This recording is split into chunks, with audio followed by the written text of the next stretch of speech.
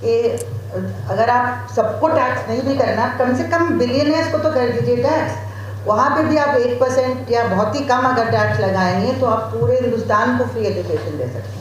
मतलब they have so much, लेकिन वहीं से तो सबसे ज़्यादा क्रोनी कैपिटलिस्ट, इनको डोनेशन, इलेक्ट्रल बॉन्ड वगैरह वगैरह उनको उम्मीद रखते हैं लोग, तो उनको बिल्कुल दुखी नहीं करना है। उनको लोन्स दे दे के बैंक से सब जगह से लोन दे के फिर लोन्स को राइट ऑफ करना है।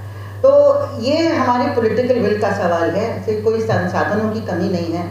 अगर हम शिक्षा पे इन्वेस्ट करते तो I may not agree with all the policies of China, but एक शिक्षा पे जिस तरह से इन्वेस्टमेंट की, आज जो उनका एक जो वर्चस्व बन गया है पूरे दुनिया में, तो वो अपने आप एक दिन में नहीं हुआ। ये शिक्षा पे लगातार इन्वेस्ट कर करके, रिसर्च पे इन्वेस्ट कर करके इनको अपनी जो सेल्फ रिलायंस इंटेलेक्चुअली, साइंटिफिकली हर तरीके से मिली है। दूसरी तरफ यूरोप में फिनलैंड जैसे देश है, हालांकि पॉपुलेशन कम है, लेकिन पॉलिसी उनकी वो ये पूरा पब्लिक फंडेड है उनका एजुकेशन, पूरा पब्लिक फंडेड है, और सबसे बेस्ट वहाँ की एजुकेशन पॉलिसी सिस्टम माना जाता है। तो इस तरह से हमारे पास ऑल्टरनेटिव एग्जाम्पल्स भी हैं। फेल्ड सिस्टम जहाँ पे यूएसए में education system is not being doing so well in terms of कि भाई वहाँ पे किस तरह के आपको लोन्स ले लेके अगर स्टूडेंट्स पढ़ रहे हैं और फिर लोन्स वापस भी नहीं दे पा रहे हैं, स्टूडेंट डेट सबसे बड़ा प्रॉब्लम वहाँ हो गया। तो जो भी प्रोफेसर मजूमदार ने कहा, मैं उसको पूरी तरह से सपोर्ट करती हूँ और इस पॉलिसी में भी ये रिफ्लेक्ट होता है। मुझे थोड़ा सा कहा गया था कि हायर एजुकेशन पे ज़रा सा बात रखें, तो यहाँ पॉलिसी में कुछ बहुत इम्पॉर्टेंट रिकमेंडेशंस आए हैं और उसमें मैं कुछ एक आध पे आपको हाईलाइट करना चाहूँगी। कि पहले तो मैंने बता ही दिया था कि हमारी हालात अभी यूनिवर्सिटीज़ की क्या हो रही है, बिल्कुल केओस है। तो बजाय कि इस केओटिक सिस्टम में जहाँ पे लगता है कि एक डिज़ाइन से केओस है, ये ऐसा नहीं कि ये इनकॉम्पिटेंस की बात है, इनकॉम्पिटेंस होगी, लेकिन एक डिज़ाइन से केओस क्रिएट किया जा रहा है। रोज़ रोज़ एक नया फरमान आ जाता है, 2 बार एडमिशन जैसे मैंने बताया, और 2-2 डिग्री एक साथ करेंगे स्टूडेंट्स। एक डिग्री के लिए तो आप उनको समय नहीं दे रहे हैं ठीक से पढ़ने के लिए, लेकिन आप 2-2 डिग्री एक साथ फॉलो कर सकते हैं और सीधे पीएचडी कर सकते हैं बीए के बाद में। तरह तरह की चीज़ें जो हम लोग सोचते हैं ये तो बिल्कुल इंसानिटी है, लेकिन ये इस मैडनेस में भी एक मेथड है। आप अपनी ही इंटेलेक्चुअल कैपेबिलिटीज़ को ख़त्म करने की तरफ बढ़ रहे हैं, क्योंकि आप क्रिटिकली सोचने वाले नागरिक नहीं चाहते हैं जो सवाल पूछेंगे आपसे।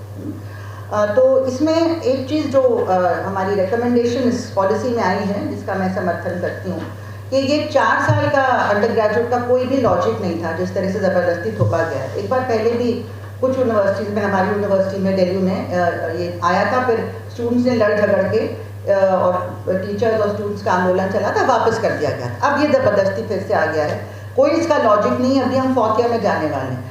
तो रिकमेंडेशन पॉलिसी का जो पीपल्स पॉलिसी का जो रिकमेंडेशन है, उसमें 3 साल का अंडर ग्रेजुएट कोर्स और 2 साल का पोस्ट ग्रेजुएट। कोई कंफ्यूजन नहीं होना चाहिए कि कभी आप 2 कह रहे हैं, कभी आप 1 कह रहे हैं, जैसे अभी चल रहा है।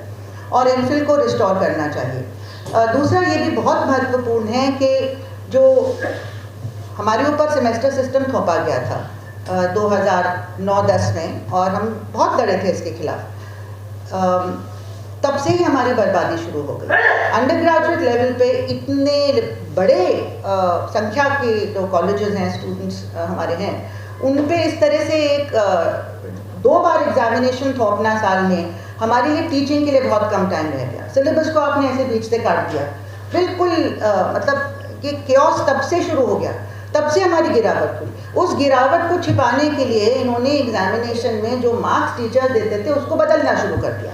और मैंने पता किया कि सिर्फ हमारी यूनिवर्सिटी में नहीं किया इन्होंने, पूरे देश में किया, जहाँ जहाँ पे ये नया सिस्टम लागू कर रहे थे, ताकि लोगों को पता ना चले कि उनके बच्चे कुछ सीख नहीं रहे हैं।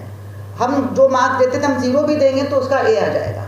तो इस तरह से, और उसके बाद उसको और छिपाने के लिए कभी एक सार्वजनिक रिजल्ट नहीं निकाला जाता जो हमारे ज़माने में निकाला जाता था। सब एक दूसरे का रिजल्ट भी देख सकते थे, पब्लिक इंफॉर्मेशन था। अब स्टूडेंट सिर्फ अपना रिजल्ट देख सकता है, अपना कुछ लॉग इन करके देख सकता है, टीचर तक उसका रिजल्ट नहीं देख सकता है। और रिजल्ट में मार्क्स अब नहीं दे रहे हैं, अब ग्रेड दे रहे हैं। ग्रेड कैसे, किस बेसिस पे मिला, किसको क्या ग्रेड, किसी को समझ नहीं आ रहा है।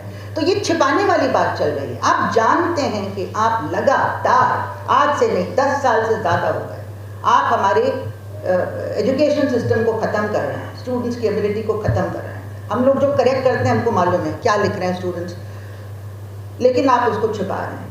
तो हम बहुत वेलकम करते हैं कि इन्होंने कहा है इस पॉलिसी में कि हमको वापस जहाँ जहाँ फीजिबल हो, अब फीजिबल छोड़ देंगे किसी के ऊपर तो वो कहेंगे फीजिबल नहीं है, हमको डिमांड करना चाहिए कि हम एनुअल सिस्टम में वापस जाएं। अगर कोई एक्सेप्शनली कोई डिपार्टमेंट चाहता है कि वो सेमेस्टर करे, कोई लॉजिक होगा। प्रोफेशनल एग्जाम्स तो पहले से भी सेमेस्टराइज होते थे, लॉ है और भी हैं, लेकिन बाकी जगह जो थोपा गया है वो वापस होना चाहिए। एनुअल सिस्टम में आराम से हम लोग सब कुछ सीखते थे, सारी एक्स्ट्रा करिकुलर भी हो जाती थी, स्टूडेंट्स एक दूसरे से जो कम्युनिटी लिविंग थी वो बरकरार रहती थी, और एक जो प्रोडक्ट निकल रहा था उस टाइम का, वो दुनिया में कहीं भी अपना सर ऊंचा करके जा सकता था। बहुत हमारे स्टूडेंट्स अच्छा कर रहे थे पूरी दुनिया में। अब वो चीज़ हमारी बहुत पहले से बहुत कम हो गई और लगातार और पॉलिसीज़ की वजह से और भी ज़्यादा खराब हालत है। तो सेमेस्टर सिस्टम के ऊपर दोबारा, मतलब हमको एनुअल सिस्टम में दोबारा वापस जाना चाहिए। पोस्ट ग्रेजुएट लेवल पे एक चॉइस हो सकती है डिपार्टमेंट्स को कि सेमेस्टराइज करें कि एनुअल करें। और भी यहाँ पे 2-3 चीज़ें जो हैं, एक्सेस में तो कोई भी दो राय नहीं है। रेगुलर रिक्रूटमेंट, अगर आप एजुकेशन को महंगा नहीं करेंगे और अगर आप एकदम रीजनेबल फीस रखेंगे, हम तो चाहते हैं कि फ्री रहे, लेकिन जितना भी आप कम रख सकते हैं ताकि लोगों को एक्सेस रहे। ये मल्टीपल एंट्री एग्जिट वाला सिस्टम बिल्कुल ही बेकार है। वो उसमें फ्लेक्सिबिलिटी, जैसे हम भी चाहते थे फ्लेक्सिबिलिटी रहे, और उस फ्लेक्सिबिलिटी के तौर पे हमको याद रखना पड़ेगा कि एग्जामिनेशंस कराना और